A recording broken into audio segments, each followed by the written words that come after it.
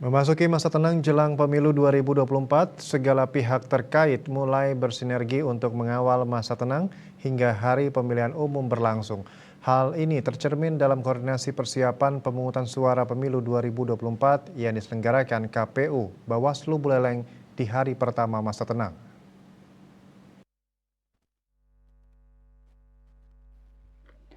Seluruh camat di Kabupaten Buleleng dan Dim 1609 Buleleng, Wakapolres, Kesbangpol, dan Insan Pers Buleleng hadir dalam koordinasi persiapan pemungutan suara. PJ Bupati Buleleng Lihat Nyane meminta KPU dan Bawaslu untuk memantapkan lagi persiapan pemilu 2024 agar berjalan dengan optimal dan kondusif. Logistik pemilu yang datang tepat waktu dan antisipasi hingga hal terkecil selama proses tahapan pemilu berlangsung. Sedangkan Ketua DPRD Kabupaten Buleleng, Supriyatna, mengapresiasi kinerja KPU dan Bawaslu Kabupaten Buleleng karena berhasil menciptakan suasana yang kondusif dan aman selama masa kampanye rapat umum berlangsung.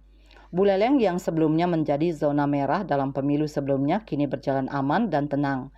Sementara Dandim 1609 Buleleng, Angga menyampaikan pesta demokrasi di Buleleng hendaknya disukseskan oleh semua lapisan masyarakat. Tidak hanya masyarakat yang memiliki kepentingan semata, untuk itu saat 14 Februari nanti tidak ada masyarakat yang enggan datang ke TPS atau memilih sebagai golput. Sehingga pesta demokrasi berjalan sesuai dengan yang diharapkan.